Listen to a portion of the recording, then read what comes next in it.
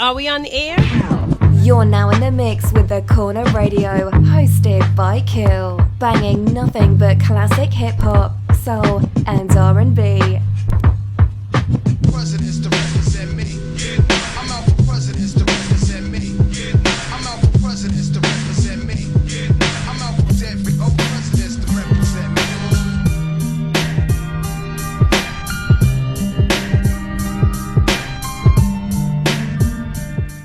What's good? What's good? What's good? You tuned into The Corner Radio, hosted by your man Kill. I got my squad up here with me today. I got my man JP. What's going on, fam? What up with you, man? I'm good.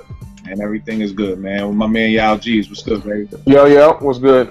Yo, first things first, let me thank y'all for taking time out the fourth weekend. I know I'm taking time away from y'all families and everything like that, so I want to say good looking for that. But y'all already know how we do. Let's jump right into it, man. Jay-Z's Reasonable Doubt, 20 years. It dropped June 25th, 1996. Dog, I remember listening to this joint, riding up Stent Avenue in Philly, getting something to eat from Checkers. I mean, I can tell you exactly where I was at, where I was eating and everything, listening to this album. Easily one of my favorite hip-hop albums ever.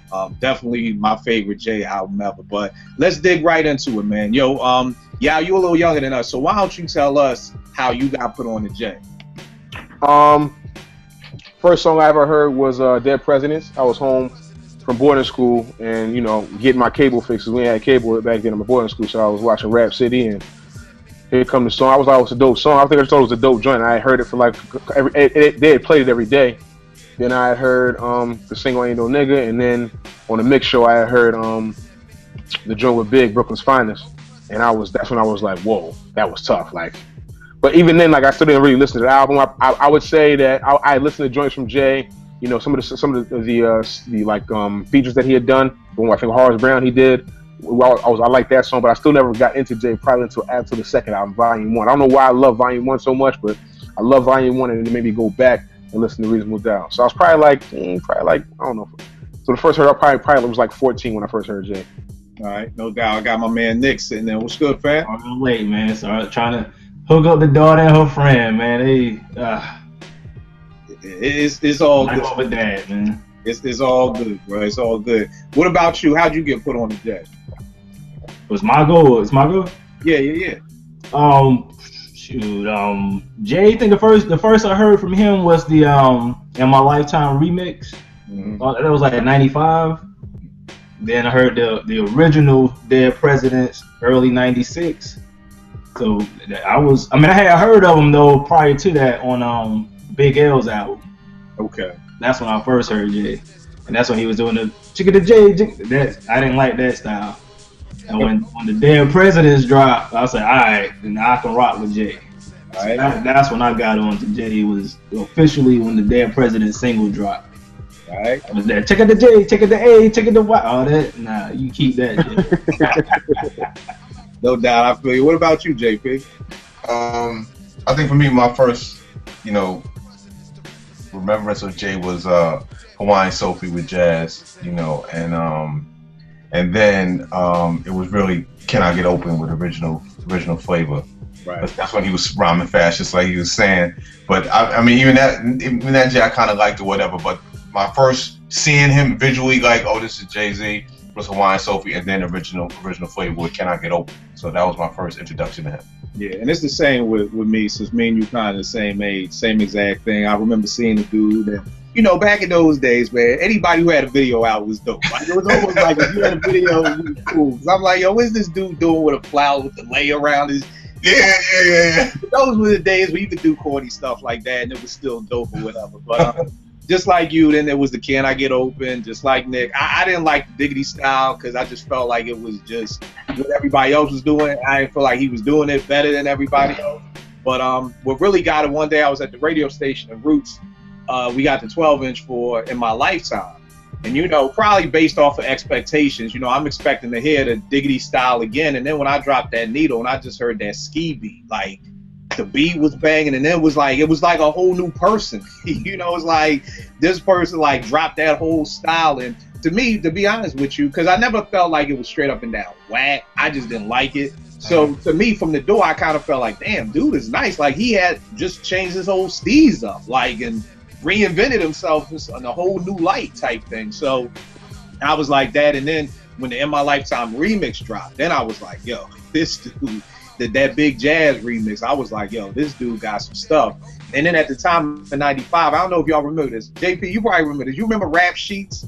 It was a magazine, but it was a newspaper. It was I remember. A newspaper. And I used to intern for them, and they had this like conference down at Howard and Priority, because a lot of cats don't remember that Jay was on Priority for a while, that they did the backing for Rockefeller. And Priority had this showcase with Helter Skelter, Large Professor, Jay-Z, and somebody else. And I remember just being like, I just bring Helter Skelter on. I don't even want to care nothing about Jay-Z. Yo, and Jay came out and did 22 twos and Friend or Foe acapella. And like just had the whole crowd just like this, like stumped, like, yo.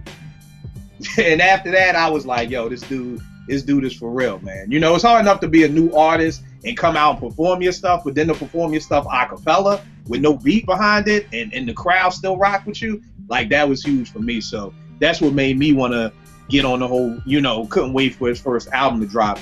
Yeah, I kind of had a similar experience before we get into it, but, you know, back then at Morgan, me and my crew used to throw a lot of parties. So, you know, off the strength of In My Lifetime remix, we was like, yo, this Jay-Z cat is nice. You know what I'm saying? So we had some connections, and one of my boys knew somebody who worked at Rockefeller. So we were throwing a party, I believe, with Faith Evans, and she was like the headliner.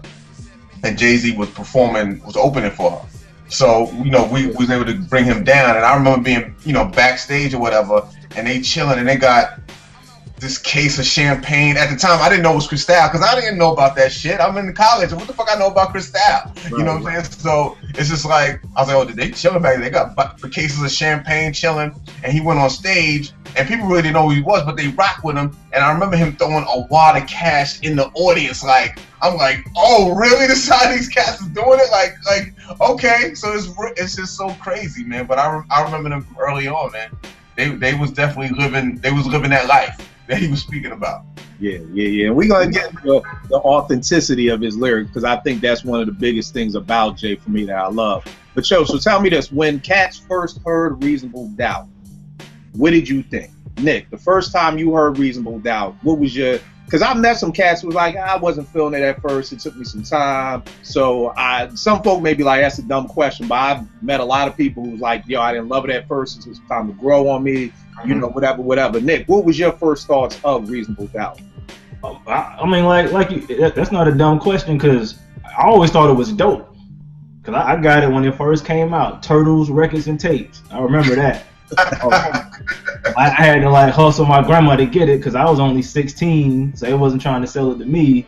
So I had to like, you know, finagle my grandma's, you know, had to get her to get it and not let her know why she had to buy it. If we just stop there for a second, man. Like, you could just talk about the time span of the last 20 years that a record store wouldn't sell it to you because you were 16. like it was cigarettes or something. It was like, yo, like 17 or 18, they be checking ID. Yeah, they be check ID. If you wasn't, I don't know if you had to be 17 or 18, but I know when Jay came out, I didn't turn 17 for like another 5 weeks. Grandma's had to come in there and get it. That's crazy, B. Like, and just think about how music is just, it's like the show we did last week, JP, where now music is so accessible. You know, that sounds crazy to me, and I was alive at that time. Like now they can just go on their phone and get it. Right. Yeah, no parents or nothing. Right. Yeah. I'm sorry, finish your story though, bro. Yeah, grandma's had to get that for me, but yeah, like out the gate it was dope. You know what I'm saying? Like, but I wish we did a show for the following week. But that's the real week for me. I know. You know why? I know. But yeah. Out the gate it was dope. Like you couldn't front of like. I think the content, cause he was on that mafioso type stuff, and people's like, and you know, I had the backpacks, you know, the straps was tight back then, but I couldn't front on the skill. Like he was spitting. Right. So it was always dope, but it wasn't like top tier. Right. At that time. Like I grew to appreciate it the older I got. Right. All right. What about you, JP? I mean, for me, you know, it was me and one of my boys, Latif. We would have one of the few cats after we listened to that album. I specifically remember in my man Chaos's Honda Accord. We was in DC outside of Republic Gardens. You remember that spot in DC, you know? Yeah. breaking down the Evil's lyrics. Like we would play the tape and stop at the end of the verse like, yo, when he said this, what do you mean by this and this and this and that? We would break down the lyrics. So overall, I was blown away, and I was like one of the few cats. I was like, yo, this dude, yo, he's just as nice as Big, man. Y'all gotta listen to what he's saying. Like that's how I honestly felt. People was like, yo, you crazy? He ain't nice as Biggie. Like I was like, yo, listen to him. Listen to what he's saying. So I was blown away by the album. I thought it was incredible. Right. Yeah. And not to cut JP off, but that's another thing. How you saying how y'all was deciphering the lyrics. So I'm like 4 or 5 years behind y'all. So y'all was probably catching stuff I wasn't even catching. Right. Like stuff was flying over my head. True.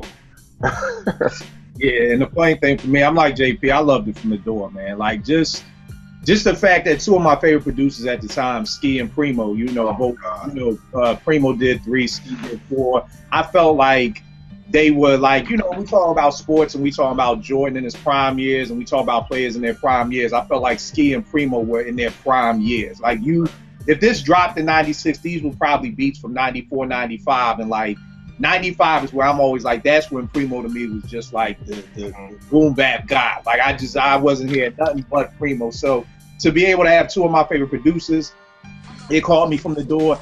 And then it was just like his rhyme cadence, just the way he rhymed. It was really like, and then I always tell people, and we'll get into it later, but like when people compare Biggie and Jay, they're similar, but to me they're at the same token completely different. Mm-hmm. Whereas if you tell Big, yo, write a rhyme about some dudes coming to your town trying to sell drugs, Biggs is probably gonna be a much more in your face, I got the gun, almost like warning.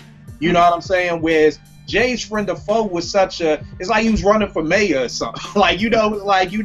Just the way that he would rhyme, it was so, I had never just at that time heard anybody just rhyme almost with so much confidence, but then keeping it, like it wasn't overdoing it. Like I don't know how to explain it, but it was just like the way, whatever. I loved it from the door. You know what I mean? It was easily like, it was nothing that, I was like, it took me a minute. It was just like, yo. And like you said, JP, we're going to talk about breaking down those lyrics because there's so much stuff.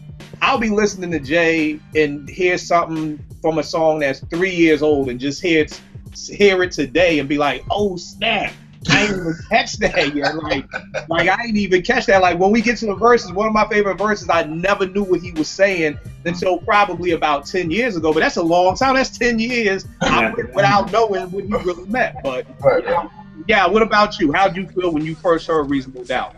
So honestly, Reasonable Doubt came out in 96. I probably didn't hear the full project until probably like 98 because I was still on volume 1. But after I heard volume 1, immediately Jay was my favorite rapper, and it was then I decided to go back. So we're talking summer '98 right here, right before the summer '98 is volume 3. So I'm listening to Reasonable Doubt, and then on the mixtapes in the summer, you got the People's Court joint came out. You got the Annie joint, the joint Hard Night Life came out. Like those songs were bumping in the summer. The album was getting ready to come out. September 29th, 1998, which is one of the greatest days in hip hop. We'll talk about that in another show. Y'all know why. Y'all know why in a minute. But that was like, when I was hearing Reasonable Doubt, before Volume 2 even came out, I went back to my school and I was like, Jay's the greatest. And don't debate me. But everybody was like, Mace, DMX, Nas, everybody had their pocket. But I was like, nah. Y'all are not listening like this, and that's from 2 albums and a lot of the mixtape joints and from the mix shows that I had that I was hitting record on the Clues and the Flexes and the Just Ones, all of them. Like I was hitting record and listening to the bar breakdown. I was like, he was saying words that my parents would say, trying to like get my vocabulary up, and I was like, yo, he was saying a rhyme. Like it was baffling to me. So at that point, probably 98 is when I was like, yo. I heard Reasonable Doubt and I crowned. I said, yo, this guy's the best. And I love Big. But I had to give it up. But even now, I still go back and forth daily with who's better, Jay or Big. So it is what it is. Right. I hear that. Now tell me this, because we talking about the beats and everything like that, you had some of the dopest producers. Like I said, you had Primo, you had Ski, you had Clark Kent. I think this was actually Irv Gotti's first production credit, if I'm not wrong, and it was definitely early in the game for Irv. Mm-hmm. You had Nobody and you had Peter Panic. So out of all these producers, and it may be different for different folk, like I say with basketball, your favorite player may not be the best ever. So what producer do you think held it down the most on this album? It may not be the person who made your favorite beat, but just as the producers, who did y'all feel like held it down on the album? JP, who you had?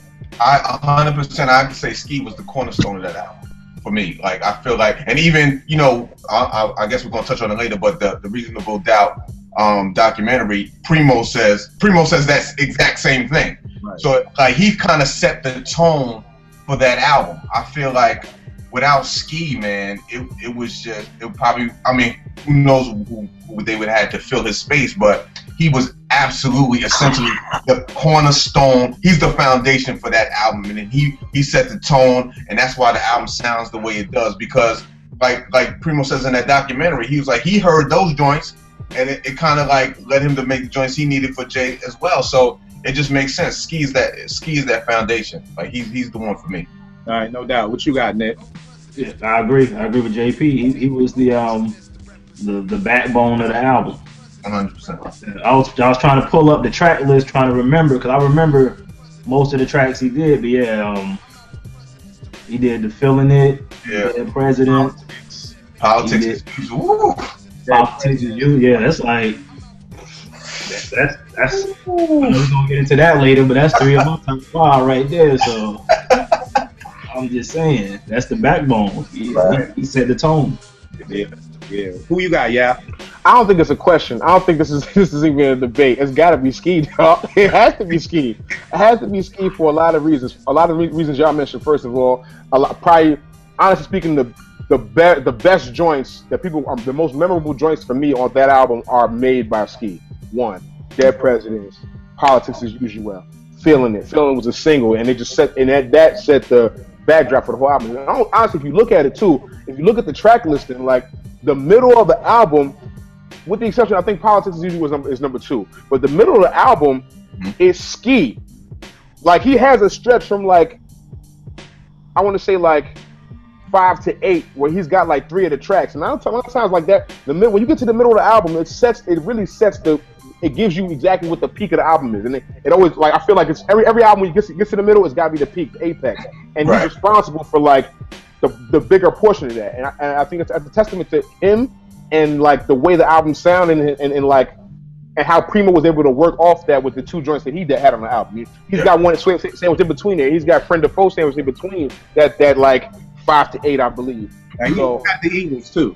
And the Eagles. He was at the last album, which also, you know, I mean, Eagles. What you say about the Eagles? But it's got to be Ski. Ski deserves a lot of credit. He doesn't really get mentioned. Exactly. He deserves a lot of the credit for that album, definitely. Nah, and again, one of the few times I'm sure that all 4 of us will agree.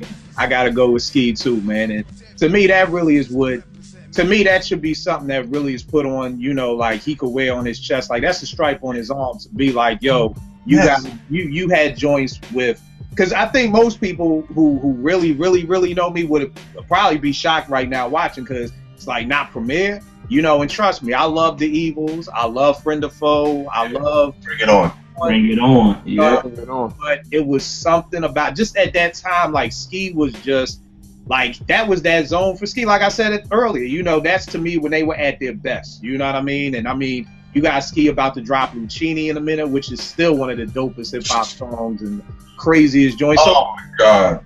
Yeah, you know, Ski just, I always felt like Ski and Jay worked together so perfect. You know what I mean? I know a lot of people may say Jay and Primo, or later on in life, you know, Jay and Swiss, but Jay and Ski to me, from, you know, going into Streets is Watching, going into Who You With, like they just had like an energy that just, you know, worked real dope together. So I got one thing. If I have to say this, if Jay would have worked with Ski as much on the first album as he did with the second album, the Campbell album would have been different. Right. 100%. You know what I'm saying? Most of the beats would have went to Jay.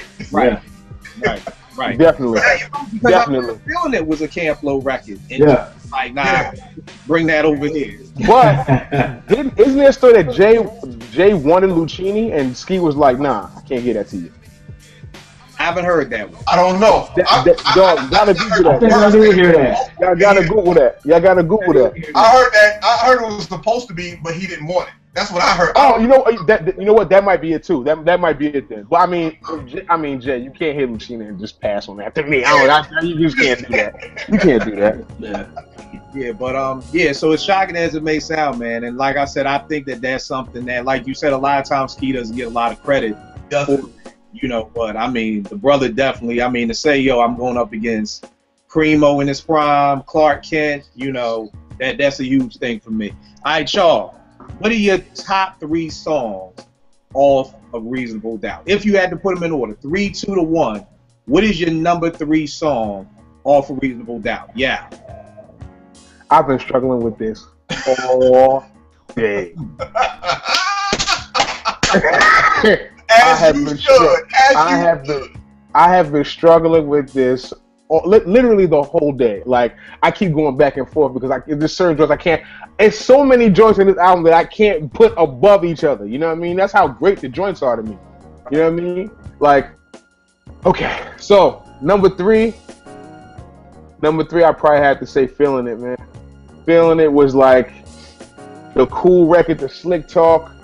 You know, just about the celebration, about just like winning. You know what I mean? And like holding his niggas down. That was like for me, like just like I said, when you're 17, when you say 14, 15, you're very impressionable. And I remember just the video, the boat ride, the money, the chicks, and it was just like, not to say that he had never done that before, but that was my first like, whoa, because their president's video that I'm talking about, that was very like in your face, hood. They had AZ, you know, Big in the basement playing Monopoly. This was like a more like elegant, like flashing. I was like, oh, he's stunting it. Not only that, but the bars were so like, it was a different flow, and he was killing the beat.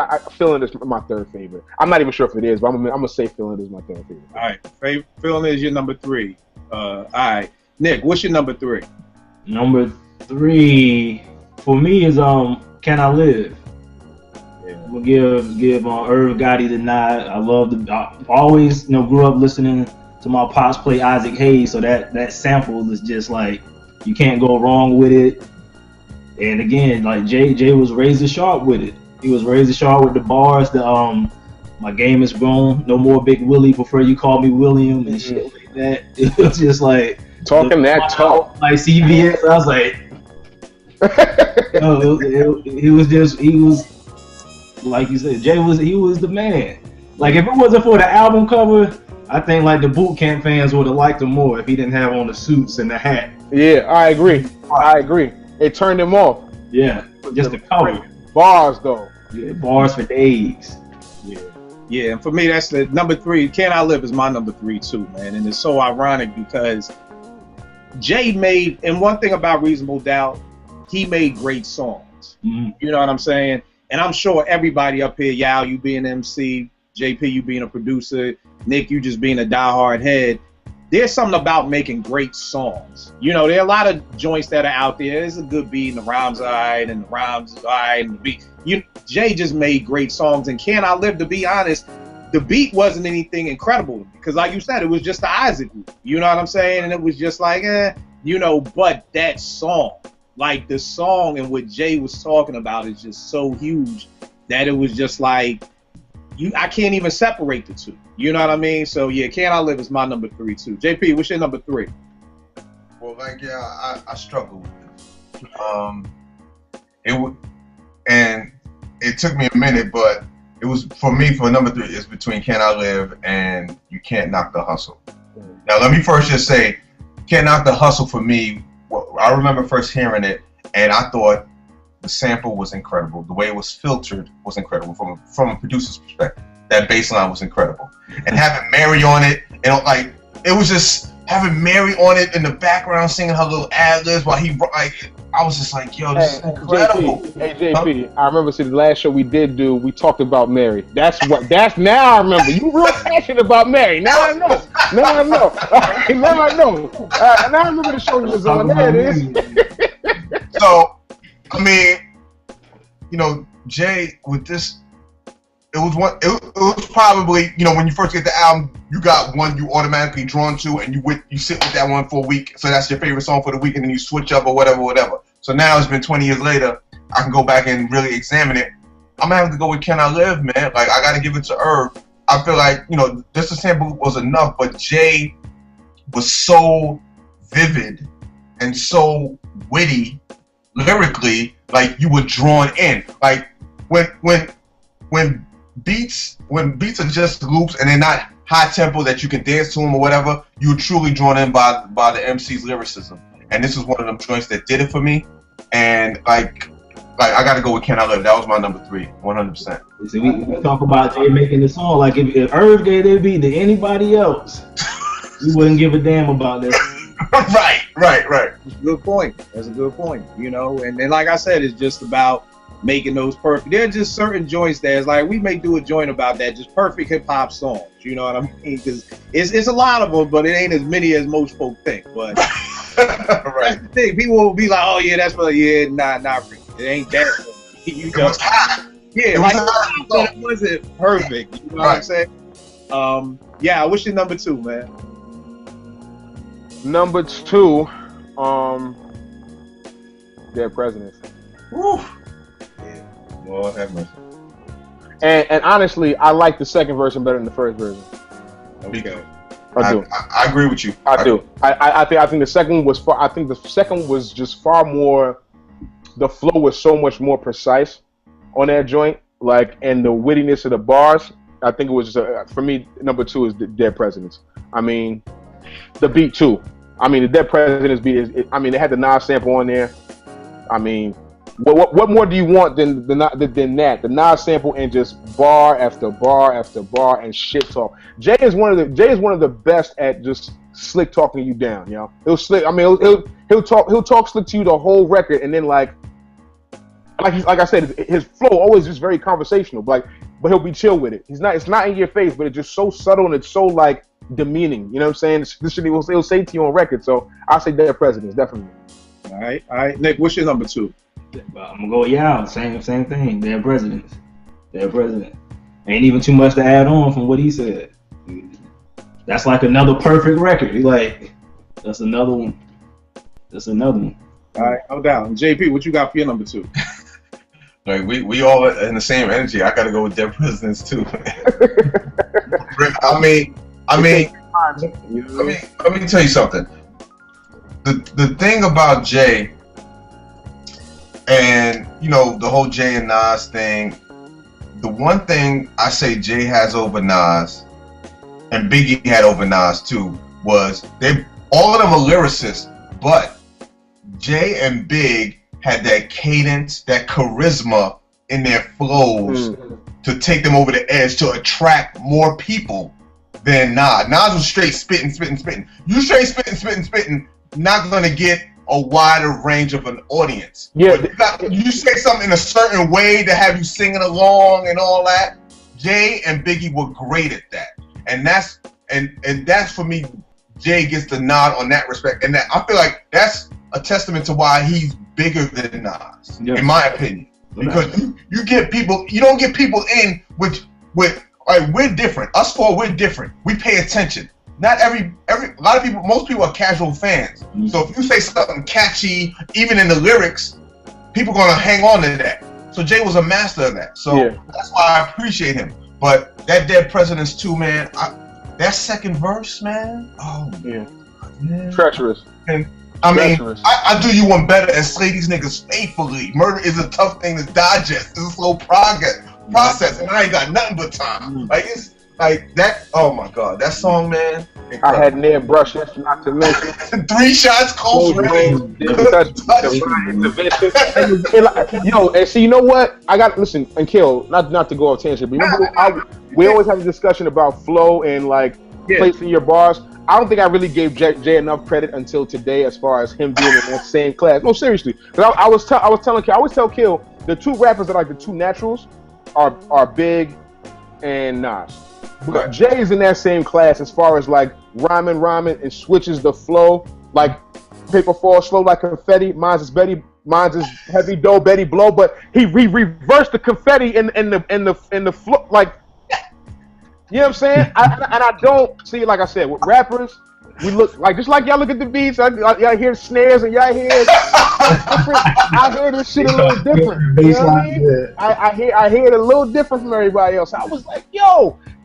That's just genius to me. Like when you do it without format and it still sounds seamless, that's what their presidents is for me, yo. You know what I mean? When you it sounds seamless. Oh, okay, that's enough. My bad. All right, and here's the funny part.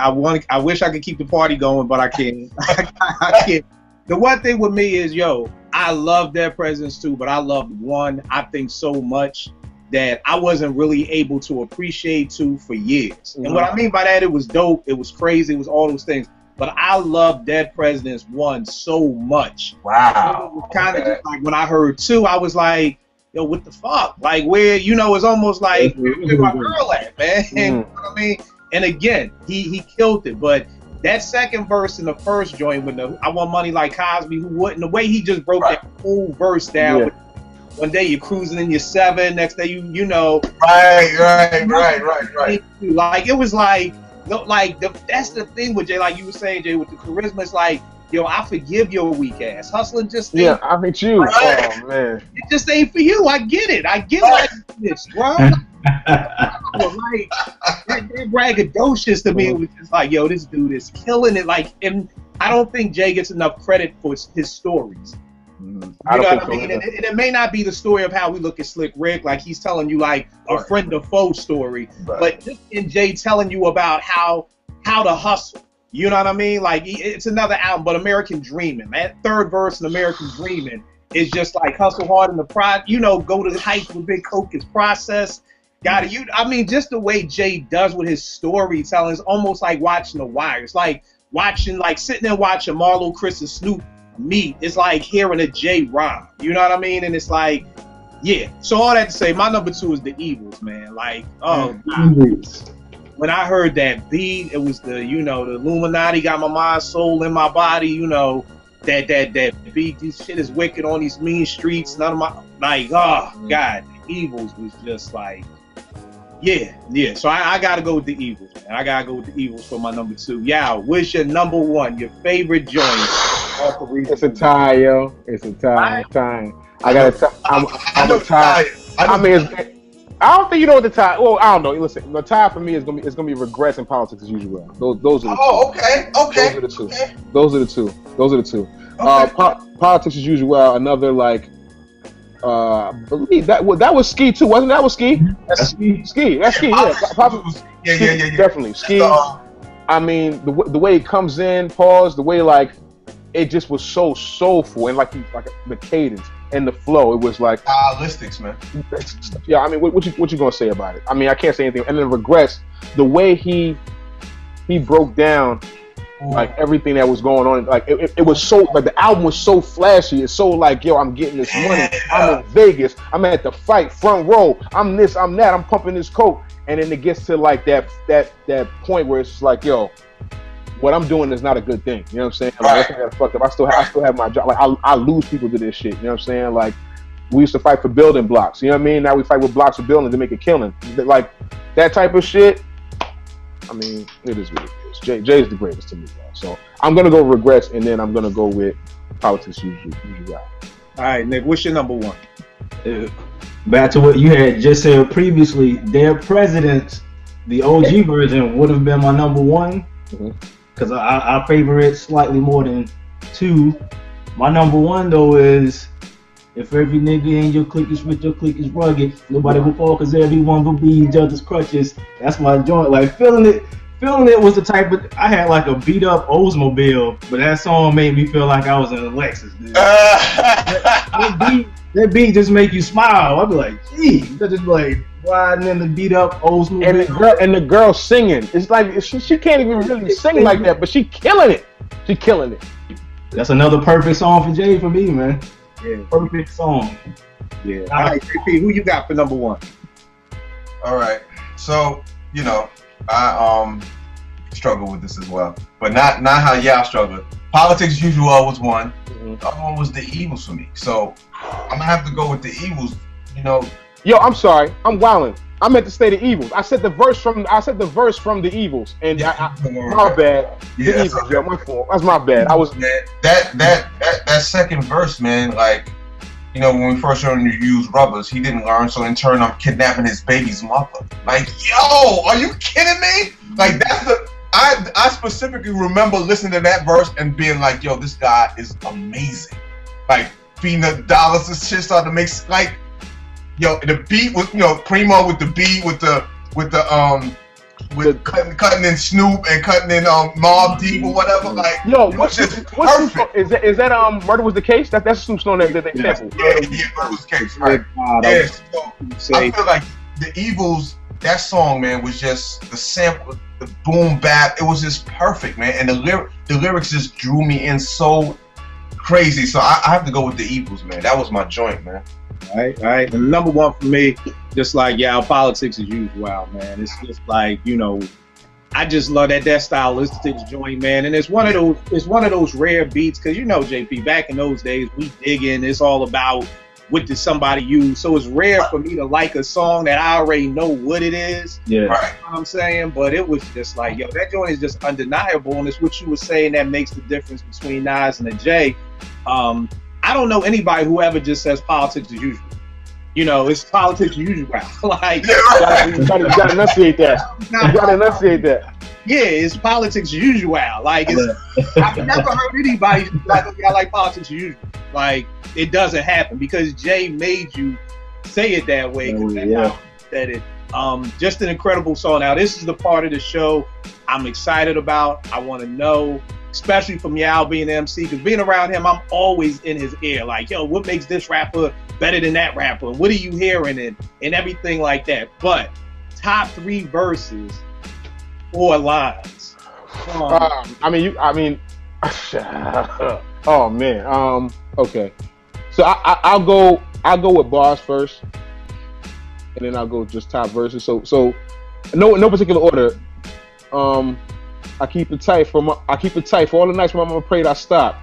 Since he had dreams of a sniper hitting me with a fatal shot. Those nightmares, ma. And remember what I was telling you about? Sometimes the most poignant line doesn't rhyme with anything. Right. Those nightmares, ma. You know what I'm saying? It was like, yo, be easy. Like, I hear you. Like, you're worried about me, but those are nightmares. It's just nightmares. You know what I mean? It didn't rhyme with anything in anything prior, but it was just so poignant. Yeah. And like I said, Jay does that a lot. Another one is. Don't give us all 3 of them. Oh, my bad, my fault. My bad. So we'll no particular order. We'll just go with it. Go ahead. Make it happen. All right, Nick, what's one of your joints? One of your favorite lines? That one he just said. All right. That one, those nightmares, more the dreams that you say you got. Give me the chills, but the meals, but they make me hot. Y'all feel me? Kill them right. Yeah, that's my joint, man. That's my joint. They don't feel him, Nick. They don't feel him. They don't feel Jay, yo. Yo, what you got? I have to go with the third. It's between the first and the third verse for Regrets. I'm gonna have to go with the third verse. He's like, but you know, niggas think they can guns cause I phone niggas fronting like they Big Willie, but really old niggas. Like, you know what I'm saying? Like, but really old niggas. Yeah. People we know like that. That's. Most people I know have stories of niggas spending money, but they still owe me money. You know what I'm saying? Like that hit home so hard. I was just like, and the whole time while in that song, I feel him in a cemetery rhyming to somebody's body, like who's dead already. You know what I'm saying? So that's my vision. So I gotta go with that, man. That third verse. Right. Y'all know me. I'm old. I had to write this stuff down. I don't know. I'm glad y'all young guys can still do this. I gotta write stuff down. With politics as usual, and the funny thing with Jay to me is I didn't have whole verses. It would just be like maybe 3 poignant lines that like stood out to me in a song. So for politics as usual, I don't know why, but no waiting, I'll make your block infrared hot. I'm like Satan, just always. That's just one of them. I know it's nothing witty to it. It's nothing deep. It's no meaning flip. I always love that. He also politics. I'm taking Major. I'm taking wages down in Vegas just in case and Tyson have a major night off. That's clean money. The tax write-off. Yeah. These Oh man, rap, man. You know, like that was crazy because I'm just like, okay, that's your clean money. I see you. And then tucking me in like a vacuum. I remember telling my family I'll be back soon. That was December '85. And Jay-Z arrived 10 years later, got me why I still can't break my underworld tie. You know what I mean? So just out of politics, that just was those lines just always stood out to me. Like, you know, I just loved how Ski would drop the beat. You know, that was December. You know, so just that joint. Yeah. What's another couple lines? What's your second group of lines for you? You know, I love wordplay and bars, so I'm explaining something to y'all real quick. Break it down so it can forever and consistently be broke. I got you. The dawn, smell the dawn on my breath as I yawn. When you hoes try to counter pro, as if you didn't know Jay's about getting dough, spit and flow like fine wine down your earlobe. Okay, so that there's a lot of excellence in those bars. First of all, when he says the dawn, right? Okay, I'm the dawn. I'm like the king, like the kingpin, right?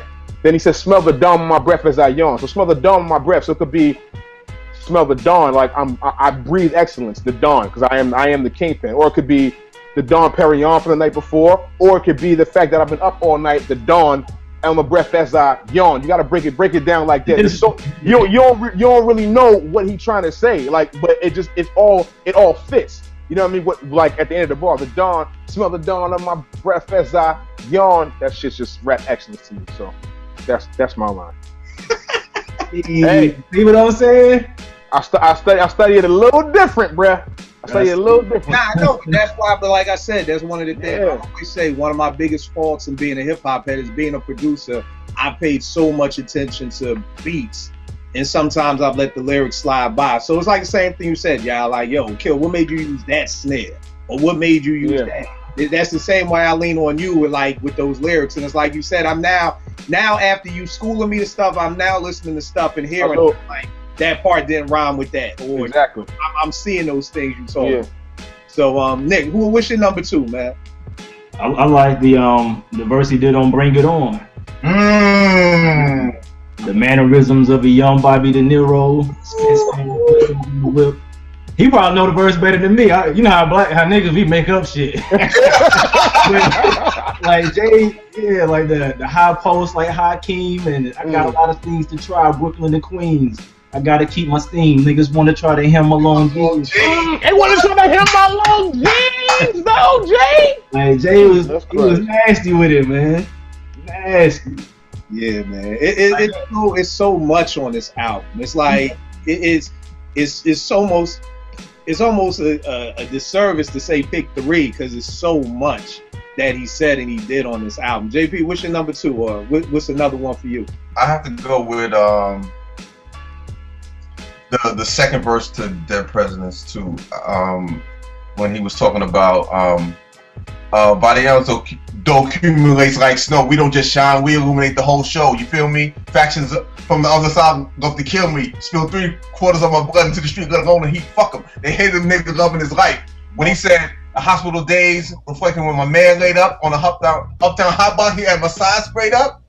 This is a minor step back. We can only get back. That made him smile, though his eyes said, "Pray for me. I'll do you one better and slay these niggas." Like, yo, I envision him looking at his man, smiling, but he can read his real eyes. Like, yo, I'm gonna get these niggas for you. Yeah. Like it's just like it was so vivid. I was like, yo, man, this nigga, man, is insane, man. Insane. And then how he ended, I'm still spending money from 88. Back then when I was just like, yo, this was like 96. I was like, yo, he's still spending money. Check out. Like, you know, it's just like, yo. Then I think JP thing too, man. It's funny because, you know, Jay reminded me so much of Pee Wee Kirkland. You know, and if cats know the history of Pee Wee Kirkland, it's like a street ball dude who was making enough money in the streets, he didn't need to leave. Right. You know, it's like, nah, I'm good. I'm making more money than the contract you offering me. Right. He was like, Chicago wanted Pee Wee. It was like, nah, I'm good. Like, you know, and seeing that in the documentary, like how Jay is like Clark is like, y'all do this for that? Like, I already got that. Right. Yeah, like, the stuff y'all rap for, I already got. Like, what are you talking about? Like, you know, this is, and I think that's another thing about his greatness, because a lot of times, you know, I always have said, you know, Cat's first album is always the best because it's what they had to do to get out of the struggle. It's like Wu-Tang album was so focused because niggas, and I just heard this from RZA the other day. He said, like, I think everybody except one person in Wu-Tang was a high school dropout. You know what I mean? Like, these dudes are struggling, they're broke, they just selling hand to hand, and they put all this energy because it was like, this is what I needed to get on, whereas Jay didn't need money. Right. You know what I mean? And it's like, that's huge when you could put out a body of work like this, and it's not out of need. It's not like, okay, I gotta make this dope because I gotta sell these records because I gotta pay these bills, or nah. It was just like, I'm just so dope, I'm gonna put it out. So and another thing, I mean, they touched on in the documentary, but I mean, I had heard that from, and I'm sure you heard it from back in the days too, Kill, that, you know, Jay had only planned on making this one album, and that was it. Yeah. That was it. Like, you know what I'm saying? He ain't planning on this career that he has had. Like, it was just one album. So that's another thing to keep in mind when you think about how vivid it is, how great it is. Like, he put his all into it. Right. That's crazy. For me, some of my second favorite verses is from the Evils. I never prayed to God, I prayed to God E. Now, that is the verse I was talking about. Don't ask me why. Don't. Maybe I don't know why it took me 10 years to pick up on the God E part. I think I don't know. Call me stupid. It's cool. For some reason, I kept thinking it was God, not like Gotti the Godfather. But I'm like, what the fuck is Gotti? Like, what the hell is that? And then, like, one day I'm listening, I'm like, oh, dumbass Gotti. You know, I'll be the first. Most folk don't admit to things like this. I admit when I'm slow mo in hip hop sometimes. Right. The Comments I Used to Love It came out, I didn't know it was about hip hop right away. Like that was over my crib in Kensington Gates, and I was like, oh shit, he's talking about hip hop. Y'all niggas look like, nigga, you ain't know that? Like, that common sense. I'm like, man, I don't go that deep with lyrics, man. Leave me alone. Like, throw the beat on. Yeah. I ain't know what he was talking about, man. So whatever, but that joint when he says, that's right, that's wicked, that's life, I live it. Ain't asking for forgiveness of my sins. And I think that was so huge to me because I don't know why. Because growing up, I never grew up in the church. I didn't start going to church years later. But for some reason, like when Nas would say, I went to hell for snuffing Jesus. For years, I would never say that line. Like, I would edit that out myself. Like, yo, this dude just said he snuffed Jesus. I can't even repeat that. Like, I'm waving automatic guns at nuns. I'm like, this nigga's going to hell. This nigga's going to fresh way to hell. He's taking the 8th train straight to Lucifer. But just saying that was so bugged to me to be like, yo, I'm not asking for forgiveness for my sins. Like, for real, like most people are. So for him to say that just stood out for me. Another joint, you talked on it earlier. We used to fight for building blocks. Now we fight for blocks with buildings that make a killing. You know what I'm saying? And it was just, like you said, JP, just being so vivid to talk about, like, yo, I grew up with these dudes just playing with blocks, you know, and now we doing this. And then the last joint, who could ever foresee? We used to stay up all night at slumber parties, but now I'm trying to rock this bitch to sleep. All the years we was real close. Now I see his fears through her tears, knowing she wishing we were still close. Don't cry, it is to be. In time, I'll take away your misery and make it mine. The Evils, you know, and it was just like, God damn, it was like that Evils part was just a period on the sentence, because he could have just ended it with like, you know, and I'll take away your pain and make it mine. Didn't rhyme. Yeah. Didn't rhyme with anything. Right, and I was just like, yo, this dude is just on some old next level type Stephen King, The Sixth Sense type shit type. This dude ain't just rapping to rap for no reason. Yeah, what's one of your last favorite verses? We haven't even made mention of this. We didn't even talk about 22 Twos. We haven't even talked about it. And you know what? That's a joint that a lot of people sleep on. You know, I don't know why. In the beginning of the show, I said he did that a cappella down in DC, and we were blown away. Like, nobody talks about 22 Twos, but the best line in that song is not even in the first verse to me. At your wake as I peek in, look in your casket, feeling sarcastic. Look at him. Still sing. Oh my God. Oh, I was like, this nigga is the opposite with it. Like, oh, what? Yo. I mean, dog. Yo, that's so arrogant. That's so arrogant.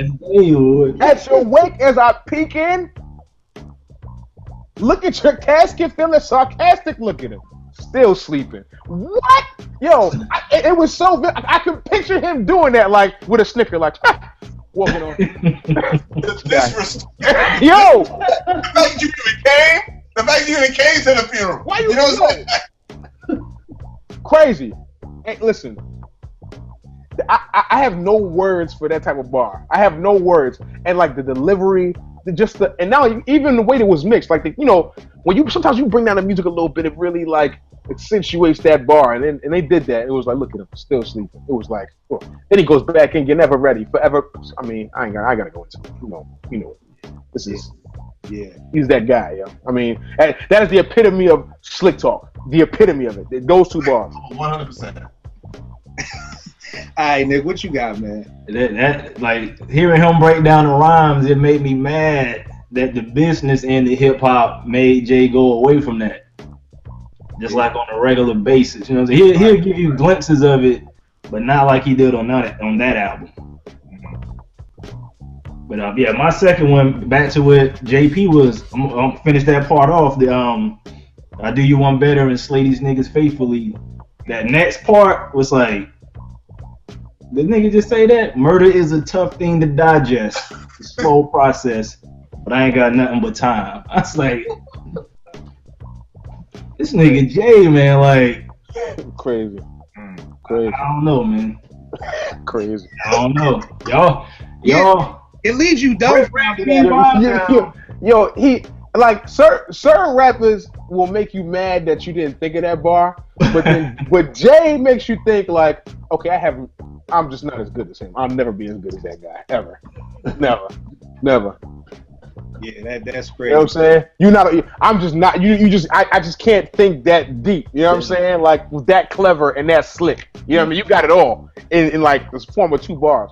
He's ridiculous though. And again, the funniest thing, it goes back to that pain in the ass skit. It's like, yo, I'm a hustler. It just so happens that I rap. So again, it's going back to how Beans used to say, yo, I feel sorry for y'all who chased this dream. Like, yo, this is what we just do with our eyes closed. Like, I'm sorry for you dudes who really be up in your room with your headphones on, scribbling in your notebook, trying to get deals. It's like, dog, we do this with our eyes closed. Eyes closed, bro. And that's why you got to give it up to the niggas who are naturally got it. He got it. Jay got it. Yeah. Unbelievable. JP, what you got? So, I think for the last one, it was one that you touched on for your second one, and it was the Eve was the second verse. You know, particularly when he was like, all the years we were still close. Now I see his fears through her tears. Like that, just that part right there. I see his fears through her tears, hoping that we were still close. Like, and I take away your miseries and make them mine. Like, yo, like. Like I said when I was talking about earlier about how breaking down his lyrics in the car outside of Republic Gardens, I was like, yo, this guy's incredible, man. I was like, what did he mean? Did he kill her? Like, yo, and that's how we were discussing. Yeah. I was like, did he kill her? Like, what did he mean by that? Like, what do you think he meant by that? Like, we was asking each other because it was so profound, but it was just incredible, man. It was just incredible. But that whole second verse was incredible to me. So that's one of my favorites. And the crazy thing to me about that part with the "I'll take away your misery and make it mine," when I saw, and I want to say it's The Wire season 4, when Marlo killed Prop Joe, like just close your eyes. Yeah, that's the line I thought about. Mm-hmm. You know what I mean? Because it was just like, just close your eyes. It'll be over quick. Like, yo, this ain't, like you said, like, and it was almost a mixture of with the Nick line of, you know, murder's a tough thing to digest, but I got but time. It's like, I'm gonna kill you. Like, I'm killing you, but I'm gonna take away your pain. Now it's gonna be on me because I just killed my man's girl. You know what I mean? Right. But that's cool. That's part of the game. But I'm gonna take away your misery and make it mine. So all this pain we're torturing, we're putting you through, it's about to be over, sweetheart. It's about to be over, you know. But then that pain will be on me. But again, who the fuck thinks about that shit? Like, what are you on, you know, to be thinking about stuff like that. For me, my third joint is Can I Live? When he said, I'd rather die enormous than live dormant. That's how we on it. You know, and it was just like, God damn, like you'd rather die at 30 by living a wonderful life, blowing all this money than live to be 80 but be broke your whole life. You know what I mean? And it was just like, wow. The joint he said, I love the part where we both out of town, dog. What you trying to get into? Viva Las Vegas. See you later at the crap table. Meet you by the one that starts a G up. That way we could get these fraud dudes out gambling. They re-up and what? Yeah, it was just like, again, like you said, JP, that rhyme flow, like Viva Lost, like right. The docious of it, like, you know, it was just like, see you later by the crab table, meet me by the one that starts a G up. You know what I mean? This way, no fraud, Willie's present gambling, they re-up. You know what I mean? Like, yo, come on, yeah. It's like, come on. Have you? Yeah, I told Kid I listened to this joint, like I went to the shower, I was like, I got an hour, let me listen to Reasonable Doubt before I get on the show. And I was so lit in here, bro. I was like, you know what, man? Man, I was so, I mean, 651, he hit me. I was in the middle of listening to Feeling It. I was like, damn, he sent the invite already. Like, I'm not even ready to get on yet. I still got a couple songs to listen to before I make a real analysis. So, all right, y'all. Let me ask y'all this for the last joint. Where does Reasonable Doubt stack for in you as far as Jay's discography? Yeah. What about you?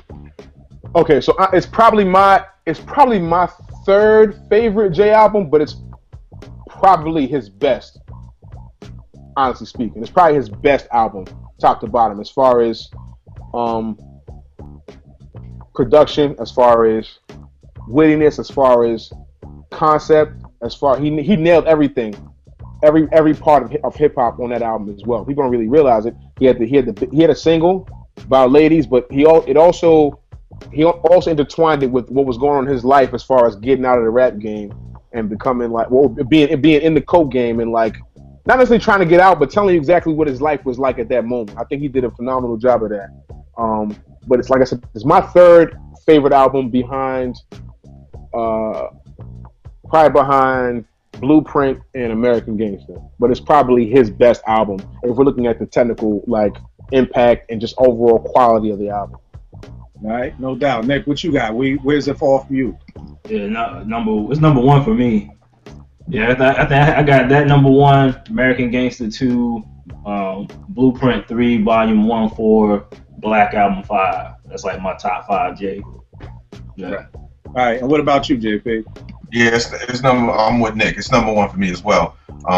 It's through all the albums he's released over the years, when you go look back at his body of work, nothing has impacted me as much as that first album. I like the way I just remember studying that album, being so like impressed with it and things like that. And he's released great albums after that, but it's still number one. You know what I'm saying? So it's hands down it'll always be number one for me. And that's how I feel. I'm right with Nick with the top 3.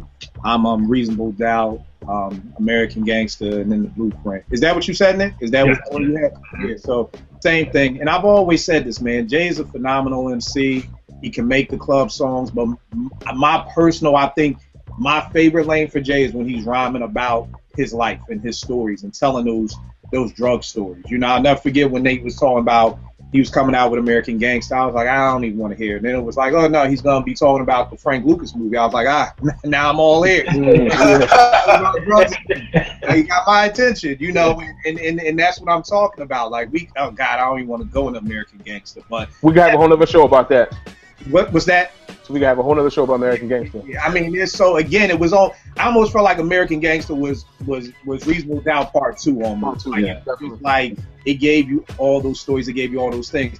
The craziest thing to me, I think, about this album, man, is that we've talked about some of our favorite lyrics and some of our favorite songs, and Friend or Foe and Brooklyn's Finest haven't even been named yet. Yeah. That's crazy. You know what? The funny thing that would slay anybody else's album that would have easily been number one. I mean, I think Friend or Foe is probably the most creative song on the album. Right. I remember him. I remember him. With that movie they put out and him doing it You know what I'm saying? So it was like, you know, him talking, he's actually talking to you, and the way he's not even rhyming, he's just talking. So yeah, conversation. So it was super creative in that respect. It was super creative. Right. And I mean, just the bars between him and Big and Brooklyn's Finest.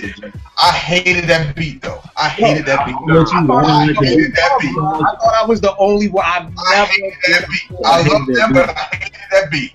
I was like, damn, Clark Kent. Nah, I don't like this one. I like it. I like it a lot. I like like the rhymes. I told y'all all four of us was only gonna agree like one time. Well, Like, I know. Now we back to normal, y'all. Okay, good. We back. Yo, and to end the show, I don't know, but I had to ask this question. Have y'all seen the joint that Sky Zoo did, Friend of Foe 3? Yo, I didn't see it. I heard it, and it is magnificent. Is it? Yo, Okay. It's magnificent. I'm gonna have to look that up then. Yo, he basically came from the aspect of the Jamaican that Jay killed in part 2, his son. Oh, okay. Coming at it from his son 20 years later, now looking to get revenge on Jay. Crazy. Oh wow. Crazy. I'm gonna have to check that out. Crazy. It was definitely one of those joints. And again, he took some shots at Jay. Of course he did. Shots too. Of course he did. He took some good shots at him. You know, he's like, you know, now that he eliminating with his wife now, he ain't, you know, he ain't paying attention no more. Like, I'm gonna get him, you know. So it was real dope, man. When I saw it, I was like, I don't know about this, man. You know. Listen, Scott. Listen. First of all, I guarantee you, if Jay hears it, Jay gonna have to respect it. He's a real rapper. He gonna have to respect it. That's how good it is. Right. It's good. Right. Yeah, so it's definitely dope. But again, definitely had to salute 20 years of Reasonable Doubt. Yeah, I'll give them all your information. Tell them what you're working on, where they can get at you, buy your album, all that good stuff. Yeah, music.bandcamp.com. Go get that Hump Day album. Hit me on Instagram and Twitter. Yeah, music, YAW music. Just working on things, man. I got some things coming. You just got to be patient with me. You know what I'm saying? I'm not one of these new guys that just decides to put music out daily. I got to think about my rhyme pattern and my schemes. You know what I mean? How I'm gonna shock you and how I'm provoke thought. So, you know, just be patient with me. I'm coming through with something in a little bit though. But yeah, that's that. All right, JP, give them all your stuff. Yeah, you can reach me at jpazmusic.com, jpazmusic.com, JPA Music. On Twitter and Instagram, working on this instrumental album. Should be out soon, you know, in the final stages. So it's coming, definitely. Nick, I know you don't never put your stuff out there. Just a fan. Only one way to win. 79 on Twitter. That's it. Y'all already know what it is with me at Kill889. We'll make beats for food. Check it out. Y'all, check y'all next week, man. Another dope show, y'all. Appreciate it. You know that.